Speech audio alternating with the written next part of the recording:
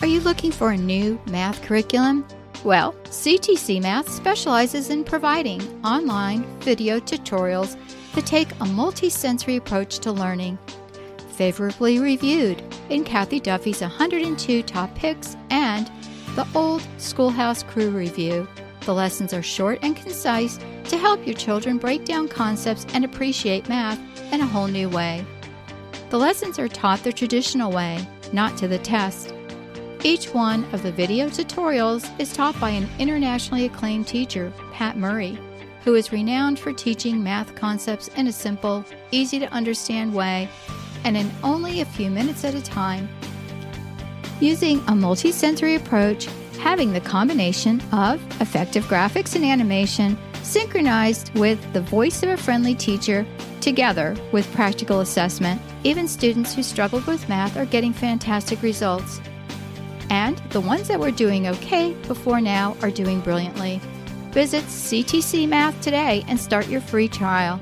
That's ctcmath.com.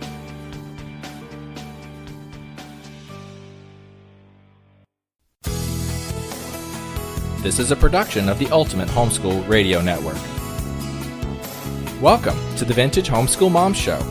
Your host, Felice Gerwitz, is an author, a publisher, and your radio show host. She will encourage, educate, and inspire you with answers to your most pressing questions from homeschool, marriage, parenting, and much more. Felice loves to equip moms to live a Christian life because every moment counts. Be sure to visit her website at mediaangels.com. And here's your host, Felice Gerwitz.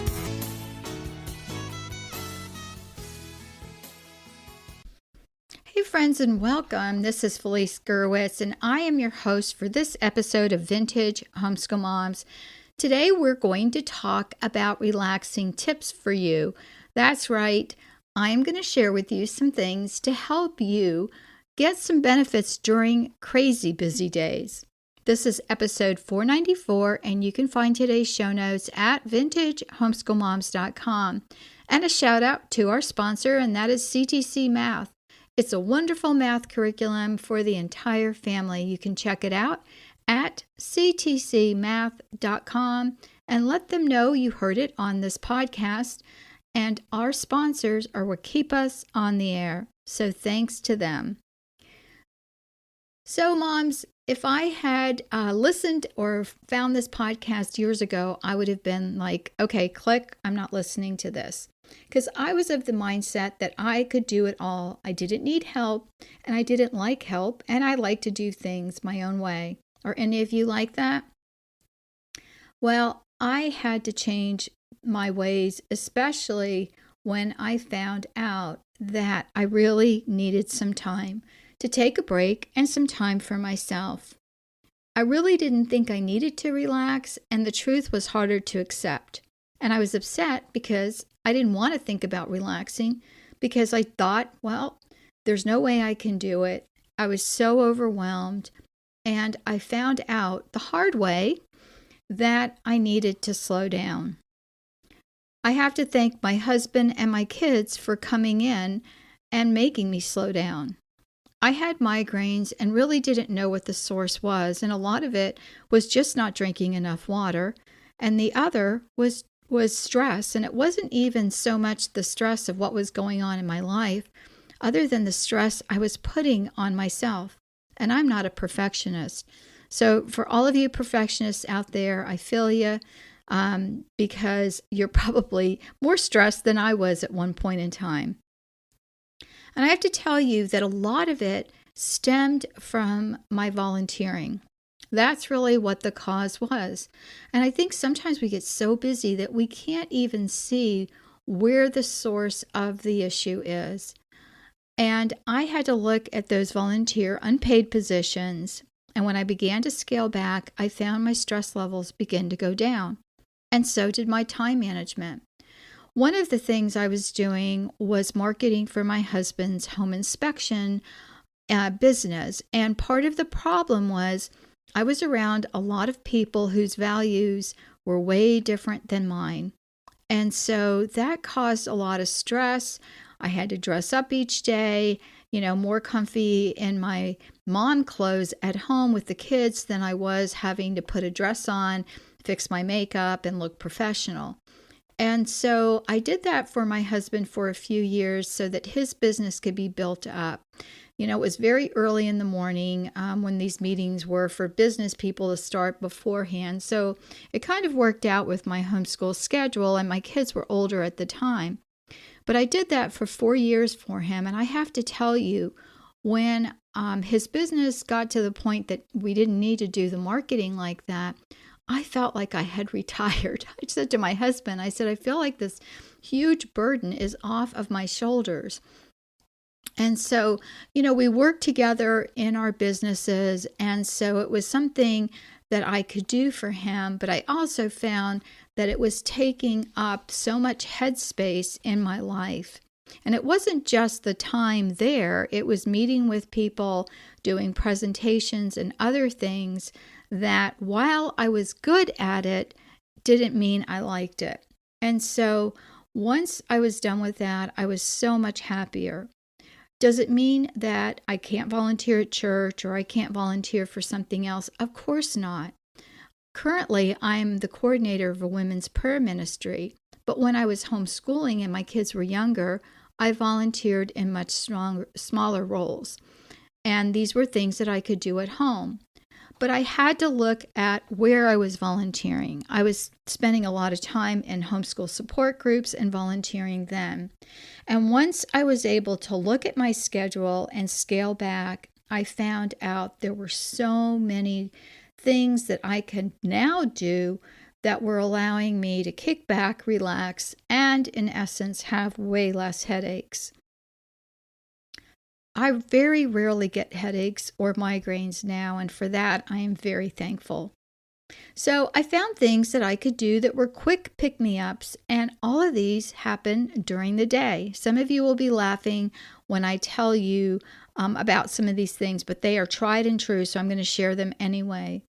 So the first thing I want to ask you to do is make a list of the things you do each day, and then look at it on a weekly basis. For example, some things we do during the day we don't necessarily do all week long. For example, if the kids have lessons outside of the home or that kind of thing.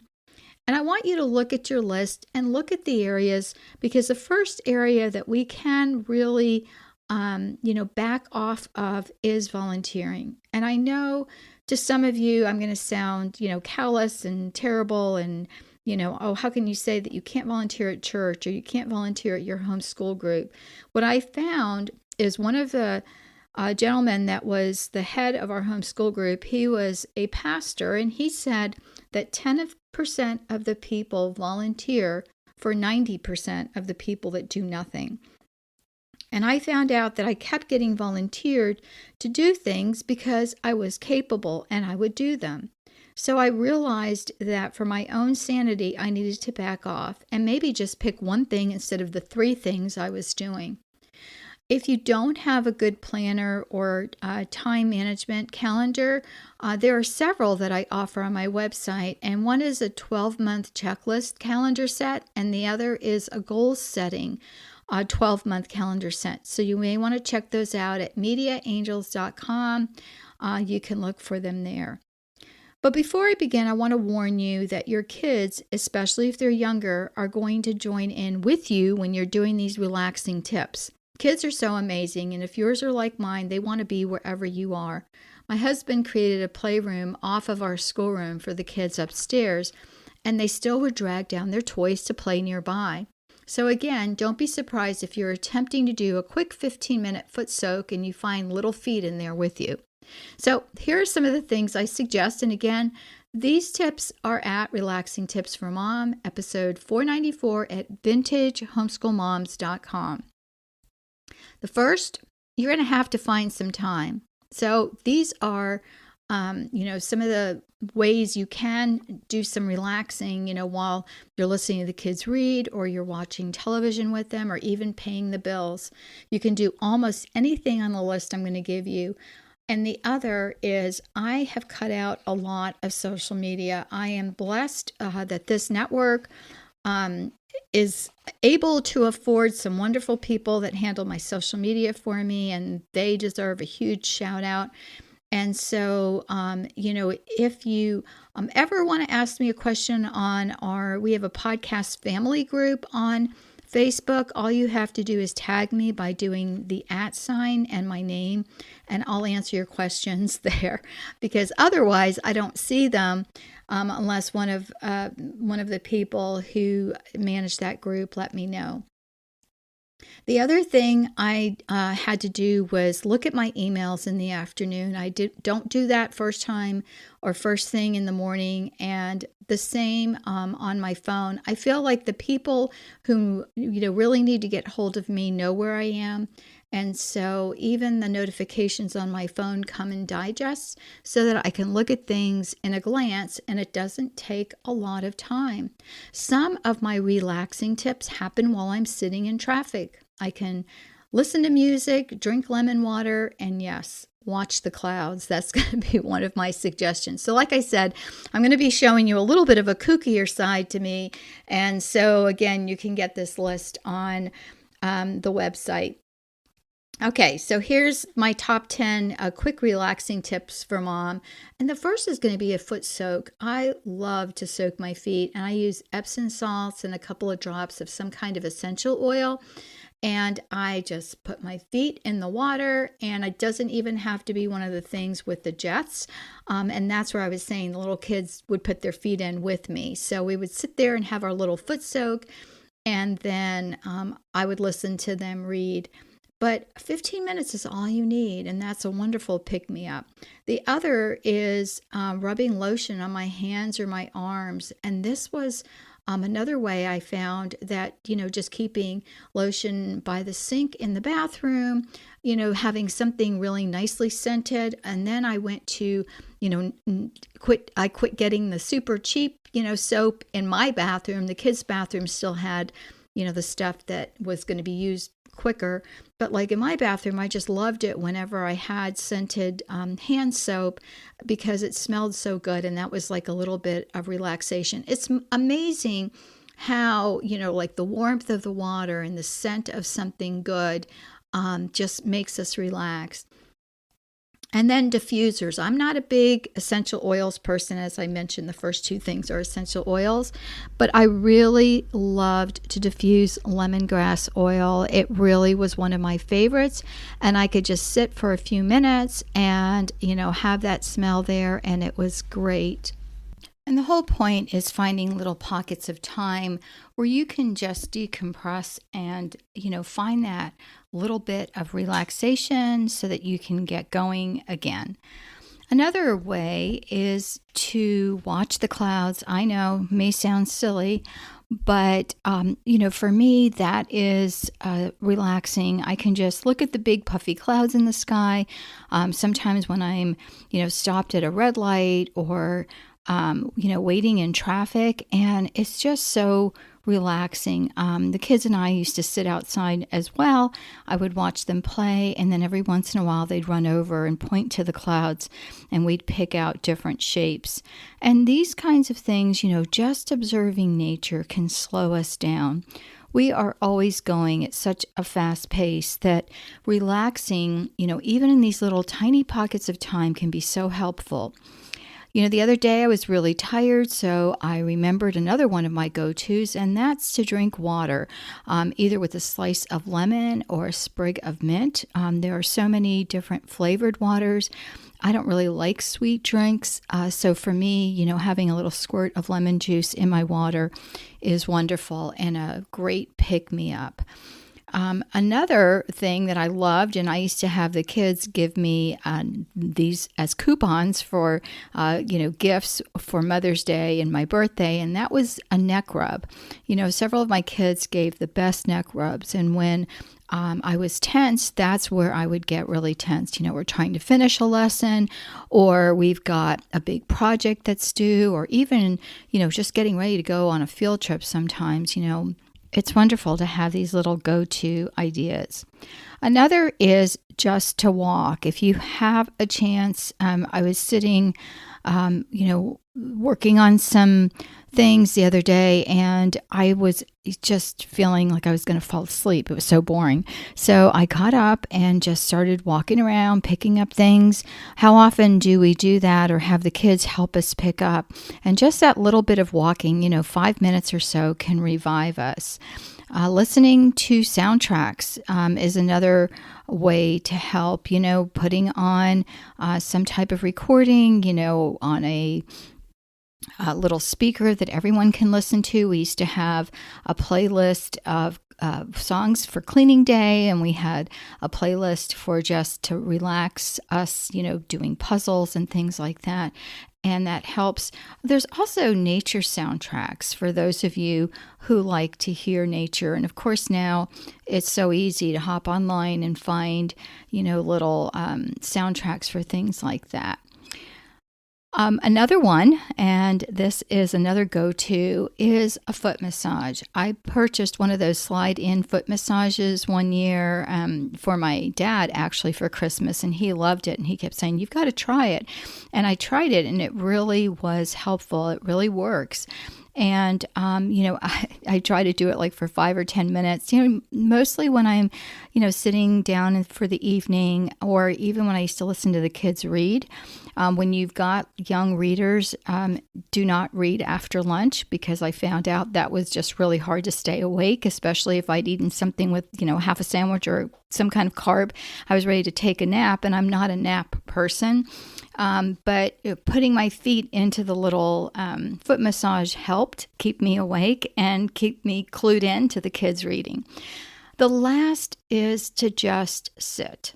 I found that I was on the go. The other day, I was in the kitchen from 8:30 in the morning till 4 in the afternoon. And it wasn't until I sat down for dinner that I realized that I had been on my feet all day. And sometimes the day just gets away from us and we don't even realize it.